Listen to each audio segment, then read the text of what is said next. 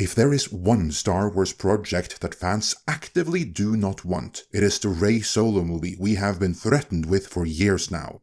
But we haven't heard any updates about it for a few months now, which gave many a fan hope that it may have been scrapped. Alas, Rey herself, Daisy Ridley, has just provided an update. Let's see what she had to say.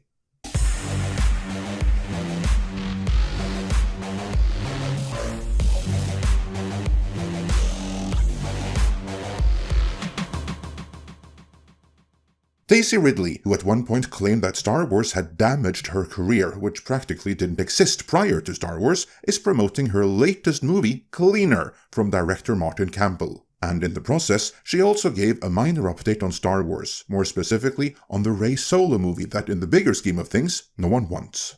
To wit, the Hollywood Reporter piece reads, and as I go through this, keep in mind that this is someone who complains Star Wars damaged her career. Daisy Ridley is back in action mode with Martin Campbell's Cleaner.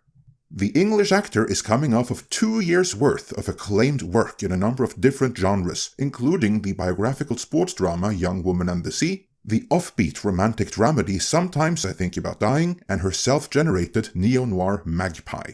Seems like the actress whose biggest pre-Star Wars claim to fame was topless corpse on a slab is doing okay, but let's move on with the write-up. When the opportunity presented itself to work with the filmmaker behind 2 beloved James Bond films, Casino Royale and GoldenEye, Ridley knew it was time to return to the type of physical acting that made her a household name via the Star Wars sequel trilogy. Campbell and Ridley hit it off so well that they're already in development on another action thriller called Dedication. Yeah, she seems to be doing alright, and on the topic of James Bond, we actually have a funny piece of James Bond news as well here, as there reportedly is a lawsuit being prepped with the intention of taking over the rights to the James Bond name, so check back for that. But for now, let's jump forward to the bit about Star Wars. Somehow, it's nearly been a decade since Ridley first endeared herself to millions of moviegoers as Rey in J.J. Abrams' Star Wars The Force Awakens in 2015. When the sequel trilogy eventually wrapped in 2019 with Star Wars The Rise of Skywalker, Ridley's future in a galaxy far, far away immediately became a question of when she comes back, not if.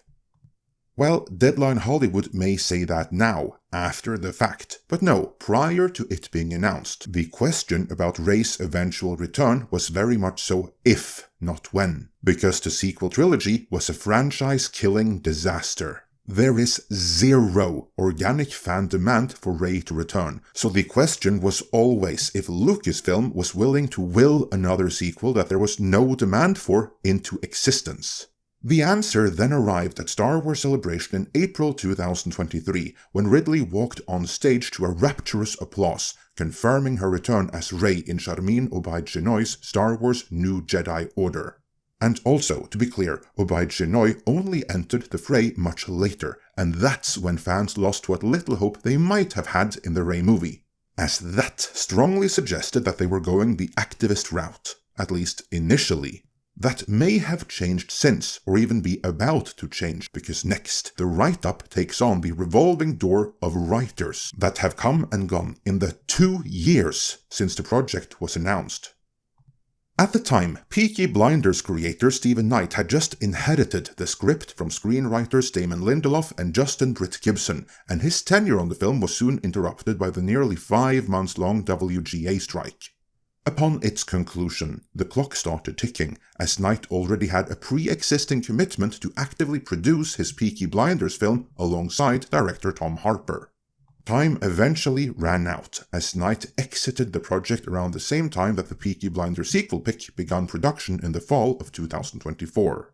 The Hollywood Reporter recently broke the news that the Bourne Ultimatum's George Nolfi has already taken over for Knight. And Ridley is as optimistic as ever due to Lucasfilm's patient commitment to quality. Pray tell, what quality would that be? Because where storytelling is concerned, we certainly haven't seen much of that from Lucasfilm this past decade. Yes, The Mandalorian had its moments, many swear by Andor, but beyond that, few would accuse Kathleen Kennedy's Lucasfilm of being committed to anything other than activism, and least of all to quality. That is indeed why Skeleton Crew flopped as badly as it did. Not because it was bad, mind you, but because the audience no longer expects quality from Lucasfilm. On the contrary, they expect a lecture and a dressing down like they got from The Acolyte, because that is what Star Wars has delivered in recent years. But you all know that, so let's move on with the article here. Next comes the copium to explain away why a studio that is allegedly so committed to quality hasn't released a new Star Wars movie in half a decade now. Furthermore, the story that revolves around Rey's efforts to relaunch the Jedi Order is set 15 years after the rise of Skywalker, so the fictional timeline was always meant to provide some real-world breathing room. On top of that, Lucasfilm boss Kathleen Kennedy and company are no longer bound by Disney's pre-2019 mandate of releasing a new Star Wars movie every year. Here's a question for you. Why do you think that mandate ended? Let me know in the comments. Moving on, people have talked about it a lot, that the release date often affects films and how quickly things go into production. So the freedom to make sure that this new Jedi Order script is the best way to tell the story is wonderful, and I don't think any fans would want it to be rushed, Ridley says. I don't think any fans want it at all, period. But she can't say that in a promotional interview, of course, so let's move on here. The wait will be worth it. I know what George Nolfi is working on, and that he is a phenomenal writer, so I'm really looking forward to reading it, and yes, it's all worthwhile. Keep in mind that she is on a promotional tour here, where her job is to sell, first and foremost, Cleaner, and secondarily, everything else she has lined up. So let's not hold anything she's saying here too much against her. She is under contract, and the movie will be a huge boost for her personally, so there's that as well.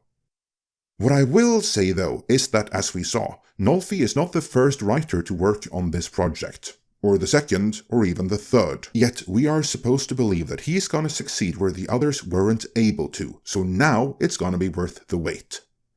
And who knows, that could happen. I mean, Nolfi could surprise us all and do a time travel story that undoes the sequel trilogy. Fans would definitely be won over by that.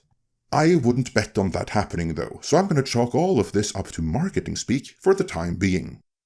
What about you? Do you feel assured? Are you looking forward to the Rey movie now? Did you even see Skeleton Crew? Let me know in the comments.